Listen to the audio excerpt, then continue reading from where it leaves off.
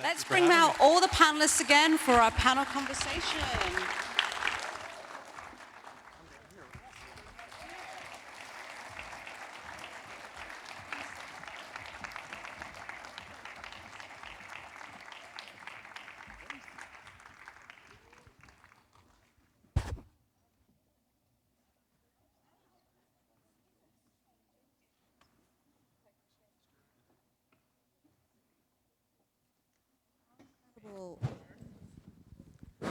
Oh, my mic. Oh, the mic's working now. How incredible is this evening? And hearing from this incredible group of artisans. All right, I'm going to work down the line, and I'm going to ask you, like, what is the biggest misconception people have about your work and your craft? Eric? Let's go down the line. Let's see, the biggest misconception.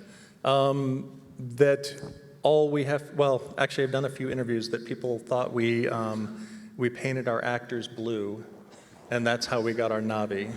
So that was one of the misconceptions we got. But the biggest is probably the amount of hours we have to spend doing this craft, which is, it's a few, and but if you didn't enjoy it, you wouldn't do it, so. For me, it's that we all sit in, well, I'm an editor, in case, but it's that we all sit in a dark room, we work on our own, alone, by ourselves, with the curtains drawn.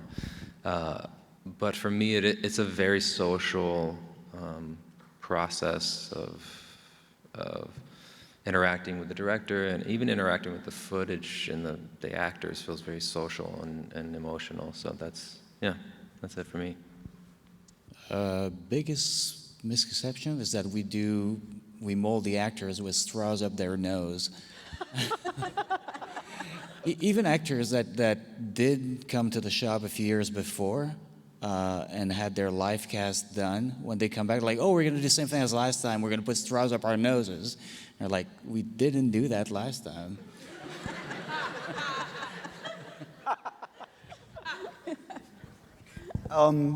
Biggest misconception,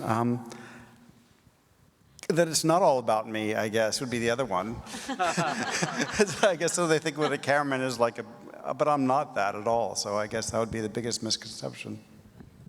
The biggest misconception would be that it all exists, that we didn't do anything, and that's probably the best thing that could possibly happen, is if, the audience is watching, but a lot of times they get sets, like, what does that mean? Oh, the architecture, the interior design, but, it's also so much more than that, of building the character and getting the detail, of working with all of our collaborators, too, here tonight, so just that, going into, like, what the art is of design, I think. That you use the real thing in clothes, that people would say, so what was it like using Elvis's real clothes? And I go, Graceland wouldn't like that. They're historical artifacts. And I think sometimes people think that there's a big shop where there's like a section and it says Elvis, or it says Gatsby, or it says Moulin Rouge, and unfortunately there isn't, and I've looked.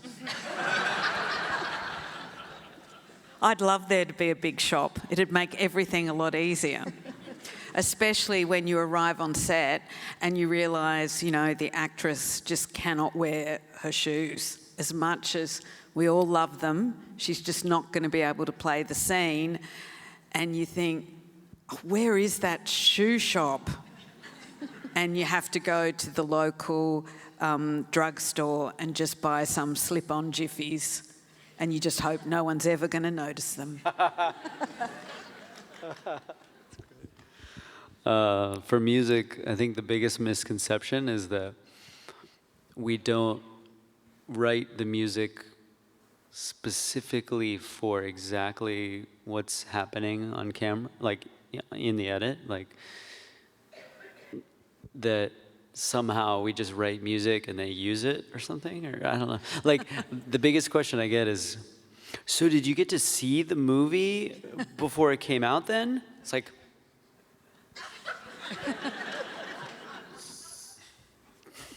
yes.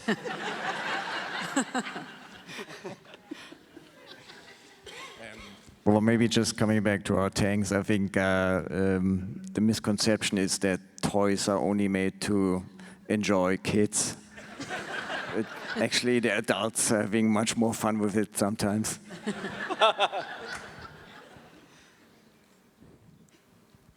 With the relevance to the award season happening around, all the nominees, I mean, all the runner-ups could be the best. All of them are the best.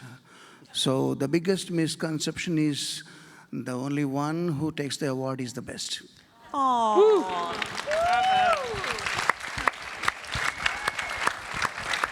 Thank you. All right. Emma, I'm going to start with you and then work back down for this last question. Of all the films, you all have an incredible body of work here. And I would love for you later to go check out their IMDb's and check out their films. What is the most underrated film that you wish audiences would go out and watch? Whoa. MM? Is there a film that you've worked on? I beg your pardon? Is there a film that you want audiences to go out and watch, aside from RRR, because everybody's seen that 5 times, 20 times, a film that you've worked on? Can I get the question? It has to be a film that we've been a part of. Well, yeah, or like for you, an album that you want people to listen to. Oh yeah, okay. Yeah, so something that you have done, maybe that hasn't seen the light of an award season, but that you would like people to see or hear. From the other movies? Yes, from the other movies. So like a movie that you've done that you thought was really great, but for some reason no one came to see it. And you'd like them to.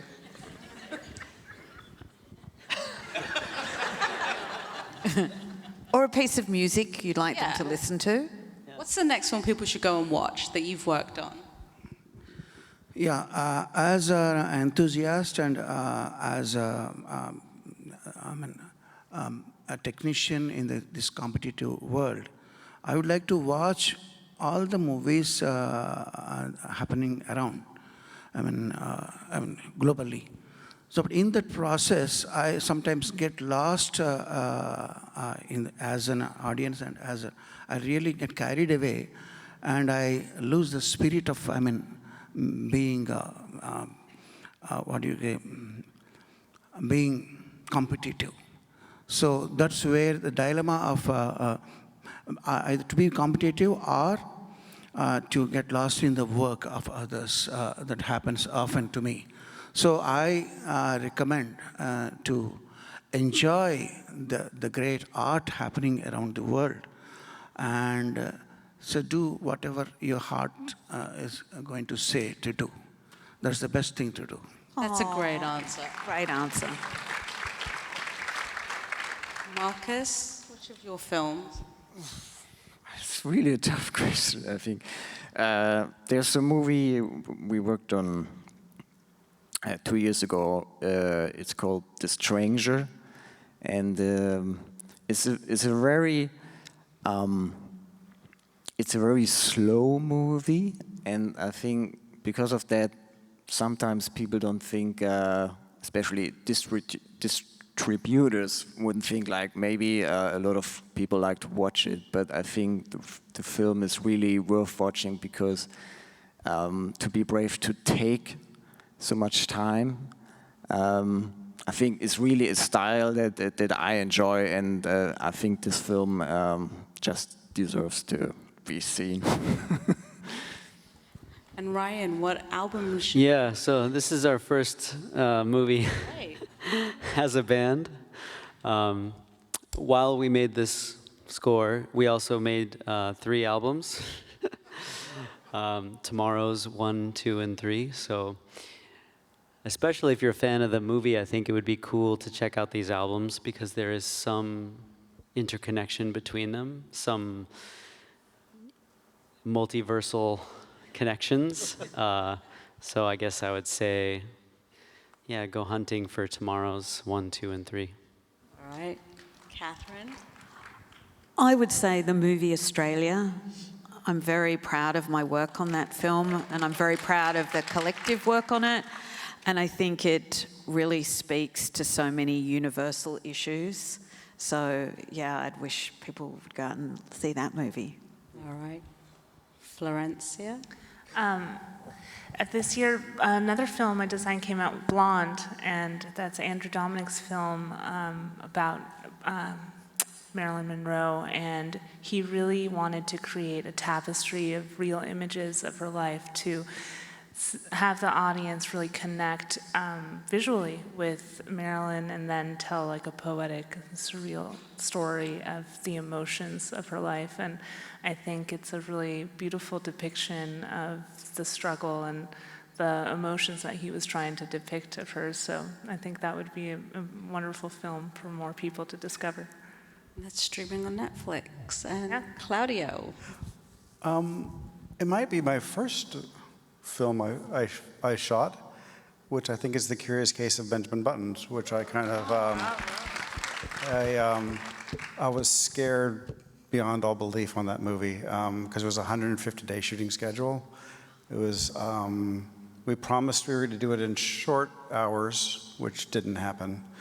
And I was a little bit of a mess after, but it was my first movie, and I was just, and I had the production designer, Don Burt, who I love, and he was, which really kind of showed me that it really is collaborative without those sets that I had to light and without the talent that, and the makeup and everything that went with it, and the set design was phenomenal. So sometimes those sets were really easy for me to light because it was just, they almost lit themselves. So for me, that's an emotional movie because it's my first one.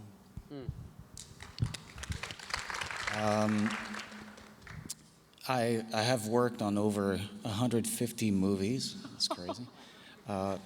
And wait. I have also, like every few years, Rotten Tomatoes does a list of the 50 worst movies of all time. I have 2 in the top 5. It's not one of those 2. I would have to say The Whale. Because it's a perfect storm with a great actor, great director, great cast, great script, and everything came together just to make my work shine. So I would have to say that movie. This is my second film, so I can just say, I guess, the other one. But I also, it feels a little weird to say that, but I do think there's some really incredible films that have been formative to me. I think the works of Galo Joseph, the works of Arthur Jafa, Ho Xiaoxin, who did an incredible film called 3 Times. There's just so many incredible filmmakers out there that I think everyone should just go explore, go, subscribe to the Criterion channel and just watch everything. And Eric? I would say Lord of the Rings because I left Santa Barbara because I started here, left Santa Barbara and went to work on Lord of the Rings for 6 months, and it's 23 years later. But I guess everyone's seen that, so I would say Green Knight, actually, which is a fun, I've worked with David Lowery a bunch of times.